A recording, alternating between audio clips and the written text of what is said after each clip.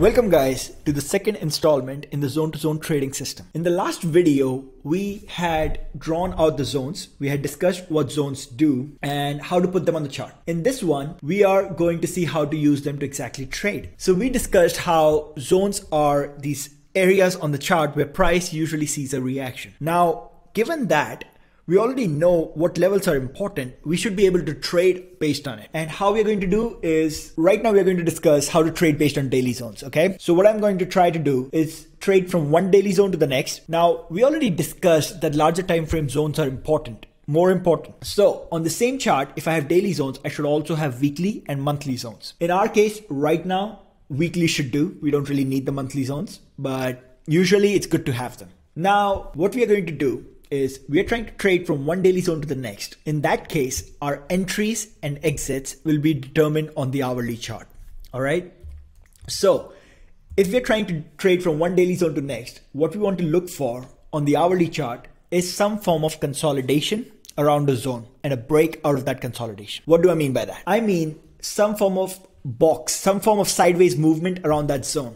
So in this case, for example, you have this daily zone, right? Price came around 405.65. We know it's a daily zone. What should we look for there? On the hourly chart, we should look for a sideways consolidation, something like this.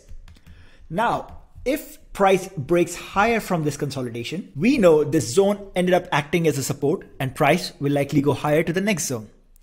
If price had broken lower from this consolidation, then we know that the path of least resistance is now lower to the next daily zone below around 390. I hope that distinction is clear. We have this consolidation around this zone where price leaves this consolidation, gives us an entry in order to take the journey to the next zone. All right, let's look at more examples. Okay, so in this case, price came back to this zone, again, a daily zone. Now we don't know if this zone will act as support or if price will go lower.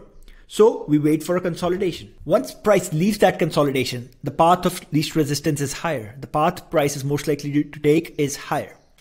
In this case, price came back and retested the zone one more time, but never really broke below and finally ended up going higher to the next daily zone. In this case again, price had this consolidation. It did try to break below in this case. So our trade would have been lower and our stop would have been right at the bottom of this consolidation. You can also put the middle of this consolidation. That's a tighter stop. It's safer. But in this case, we would have got stopped out. And once price broke above this consolidation, we could have gone long, aka bought SPY to ride it to the next zone above. All right. So this is the basis of how I do my zone to zone trading. Okay. If I'm trading from one daily zone to the next, I'm looking for entries on the hourly chart. If you're trading intraday, okay, if you're trading from one hourly zone to the next, you look for entries in 5 minutes or 15-minute charts. Same concept. You look for a consolidation around an hourly zone and then take the break out of that consolidation. So that gives you what? Your entry criteria. Okay. Your entry criteria is look for a consolidation around the zone and then take the break out of that. You stop, right? Your exit criteria, you can put your stop either in the middle of this consolidation or at the bottom of this consolidation. So in this case, for example, if price broke higher, and your stop is at the bottom of this consolidation below this daily zone, then that's your exit parameters. In this case, it didn't get hit. You would have gone all the way to the next daily zone. In this case, when price broke lower from this consolidation, you would have gone short and your stop would have been right here above this box. In this case, you would have got stopped out and then you could have gone long once price broke above this consolidation and went to the next zone. So you have your entry parameters and your exit parameters. Those are the two basic requirements of a system and you just got them here. Okay, the last thing is risk management, and that you have to figure out on your own. That I can't do it for you. But this is how zone to zone trading works on the daily zones. Similar thing. All right, let's look at this. If I went on the daily charts, I would say 400 is also a daily zone. Let me just look at it real quick, but I'll show you guys. 400 also plays an important part multiple times, which is why I would add a daily zone here.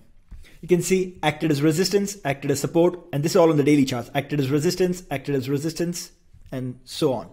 Multiple times, okay? Acted as resistance once price went above it. Obviously, it's not as clean. Maybe it's a 4-hour chart, I would not be sure. But I just wanted to mark important levels where price seems to keep reacting.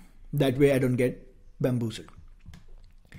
Anyways, consolidation around it, went to the next zone. Consolidation around it. Okay, you want to keep looking for this. This is going to happen time and time again, right? You're going to have a consolidation around a zone, and then price is going to choose a direction. What direction it chooses gives you your entry. Consolidation around the daily zone, broke below it, we went to the next daily zone below.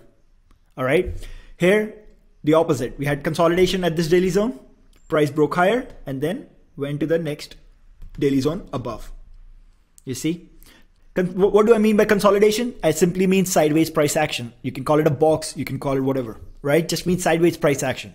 And then once price broke above the sideways price action, went to the next daily zone above. So that's the basis of zone to zone trading. Okay, your time frame for daily zones, I will look for hourly charts for entry and exits. For hourly zones, I will look for 5-minute or 15-minute chart for entry and exits. Like that's it. That's the whole concept.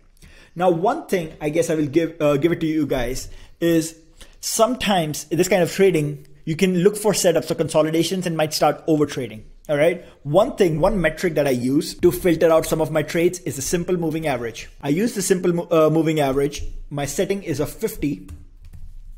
And I would say this. If you guys don't know what a 50 moving average is, it simply means that it's simply the average price of the last 50 candles. I think I described it in the beginner series. But what I want to say is I would only long the way I save myself from over trading on intraday. All right. Hourly zones are a bit different, but on intraday is I only long above 50 moving average and I only short below it. And when you're trading on the 5-minute chart where there's a lot of noise, that can save you a lot of headache. On the hourly charts, it does not matter that much because price is a lot cleaner. But if you're intraday trading zone to zone, all right, you're trading hourly zones on 5-minute charts, this thing can save you from a lot of false breakouts. Just using this as a filter, long above 50 MA and only short below 50 MA. Okay, that's it for how to trade zones, guys. And starting next video, we're going to jump to the box system. If you have any questions, just ask them in the group.